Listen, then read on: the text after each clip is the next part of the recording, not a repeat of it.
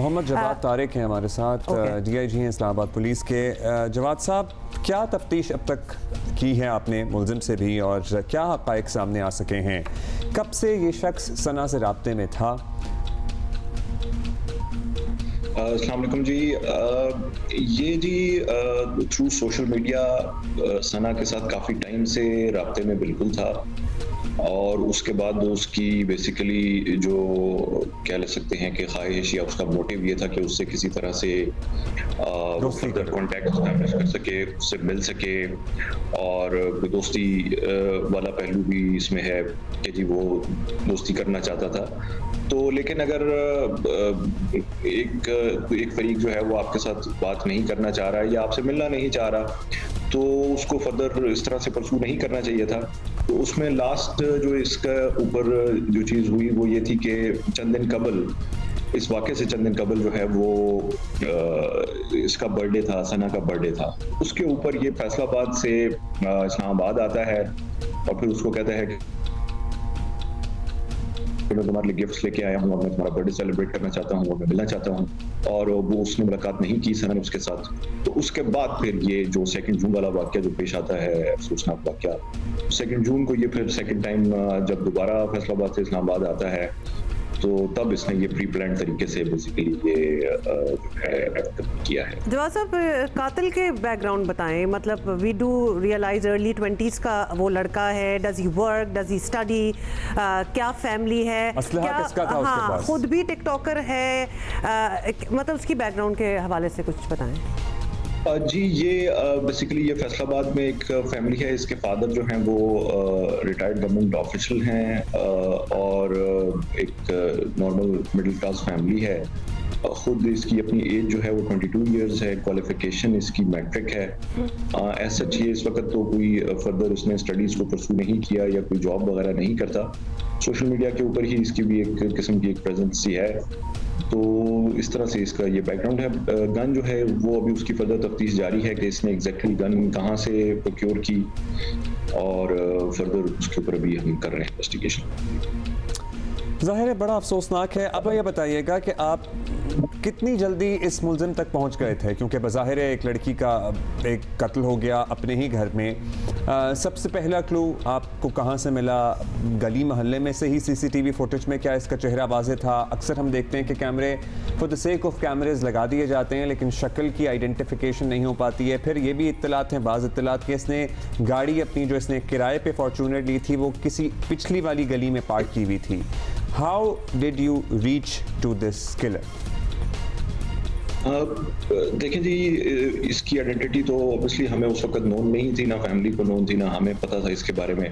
तो इसको हमने फिर थ्रू CCTV फुटेजेस जैसा आपने बताया इसको फॉलो करना शुरू किया। तो फौरी तौर पे तो बाज़ कैमराज में इसने शुरू में जो है मास्क भी पहना हुआ था। कुछ फुटेजेस में स्टार्ट में इसका मास्क भी नज़र आता है। तो कुछ जगहों पे तो शुरू में बिल्कुल भी नहीं पता चल सकता था, कुछ फुटेजेस इतनी क्लियर भी नहीं थी।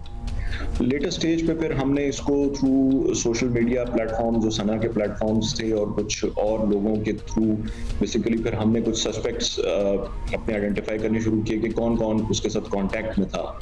तो उसमें हमारे पास जो सस्पेक्ट्स की एक लिस्ट बन गई, और कुछ की हमने फिर इसी तरह सोशल मीडिया के थ्रू पिक्चर्स ली। तो इसके फीचर्स जो है वो थोड़े से मैच करते थे जो हमारे पास उस वक्त इसकी CCTV फुटेजेस आई थी। तब जाके ये प्राइम सस्पेक्ट बना, तो फिर इसको हमने फॉलो करना शुरू किया। और वैसे घर में, because we do realize Jawad साहब के सना के घर में उसके कोई रिलेटिव आंट फुफो वगैरह भी थी, तो किसी ने देखा था इनको, मतलब आइडेंटिफिकेशन में ये जरा क्लैरिटी चाहिए कि मतलब वो सना बाज घर वाले गए हुए थे, वो बच्ची अकेली थी या उसकी कुछ कहते हैं कि फुफो भी थी। तो फुप्पी क्या अराउंड? नहीं, घर में सना जो है वो अकेली नहीं थी। घर में उसकी कुछ फैमिली मेंबर्स मौजूद थे। उसकी आंट थी वहाँ पे घर पे, शायद मदर भी थी। तो कुछ लोगों ने उसको बिल्कुल वहाँ पे देखा ज़रूर है, लेकिन वो उसको जानते नहीं थे ऑब्वियसली। तो उसके जितने फीचर्स वगैरह थे वो उन्होंने फिर हमें बताए थे कि जी ये इस तरह से जो है इस हाइट का, इस बिल्ड का ये लड़का था। अच्छा, और ये भी बात की क्लैरिटी दे दें, क्योंकि सोशल मीडिया पे तो आपको पता है फिर बातें बहुत सी निकलती हैं। इसकी सना की प्रायर कोई दोस्ती नहीं थी इस शख्स के साथ, कभी मुलाकात पहले नहीं हुई थी? जी, मुलाकात पहले नहीं थी, लेकिन सिर्फ इनका जो कांटेक्ट था वो थ्रू सोशल मीडिया प्लेटफॉर्म्स। वो तो she was a big TikToker, तो उनको तो काफी हजारों लोग तो फॉलो करते ही थे और अप्रोच करते होंगे। बिल्कुल एग्जैक्टली, लेकिन इनकी पहले मुलाकात हुई नहीं थी। अच्छा जवाब क्या साहब, दफात लगाई गई हैं सर, और कितना मजबूत केस बनाया गया है? और फिर ऐसे केसेस में हम देखते हैं अक्सर सुलहनामे, राजी नामे हो जाते हैं। ज़ाहिर है फैमिलीज़ भी अंडर प्रेशर होती हैं, बहुत सारे उनके अपनी वजूहात और मुहर्रिकात होते हैं, लेकिन क्या सरकार इसको परसू करेगी अगर वहाँ तक नौबत पहुँची, या अब शिक ही ख़त्म हो गई है?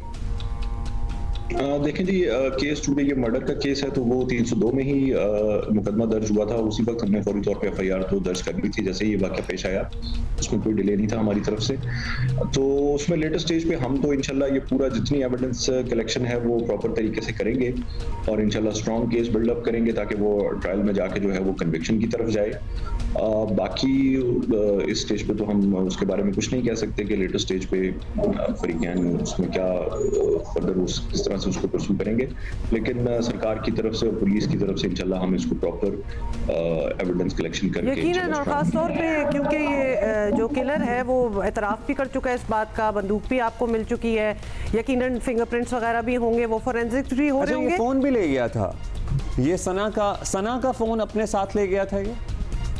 जी एग्जैक्टली, ये सना का एक फ़ोन जो है वो अपने साथ ले गया था बेसिकली, मोस्ट लाइकली इसी वजह से कि किसी तरह से जो भी उसका डिजिटल फिंगरप्रिंट्स हैं उसको वो डिजिटल एविडेंस को ज़ाया कर सके या छुपा सके। और इसको आपने अपने घर से पकड़ा या ये फैसलाबाद में कहीं और छुपा हुआ था, और was he at his own home? जी घर से ही पकड़ा था। अच्छा, ये भी बहुत बड़ा एविडेंस है नेचुरली, वरना एक इस्लामाबाद में एक टिकटॉकर का फ़ोन इसके पास क्या कर रहा था, तो वो तो खैर सामने बात आ ही गई। अच्छा, सेफ सिटी प्रोजेक्ट जो है जवाद साहब, ये कितना मददगार साबित हुआ? कुछ ऐसी बातें भी आ रही हैं कि पूरा मतलब उस शख्स का आना जाना, कहाँ उतरा, जियो फेंसिंग वगैरह भी आपने की होगी कि वो देखा जा सकता है।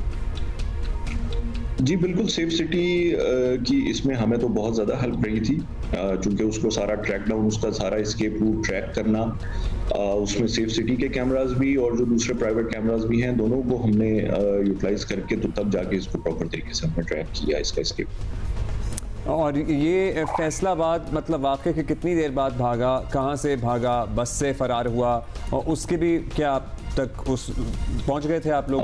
वो जी ये फौरी तौर पे ही वहाँ से, ये वाक़े के फौरन बाद ही इसने जो अपना प्लान बनाया हुआ था उसके मुताबिक इसने फौरी तौर पे वहाँ से ये निकल गया, और थ्रू फिर इवेंचुअली ये पब्लिक ट्रांसपोर्ट के थ्रू यहाँ से फिर गया। साहब अकेला था, कोई दोस्त किसी ने उसकी मदद की हो, कोई उसके साथ एक जर्नी के लिए, रास्ते के लिए कोई दोस्त साथ आ गया हो, या फिर ये बिल्कुल अकेला था?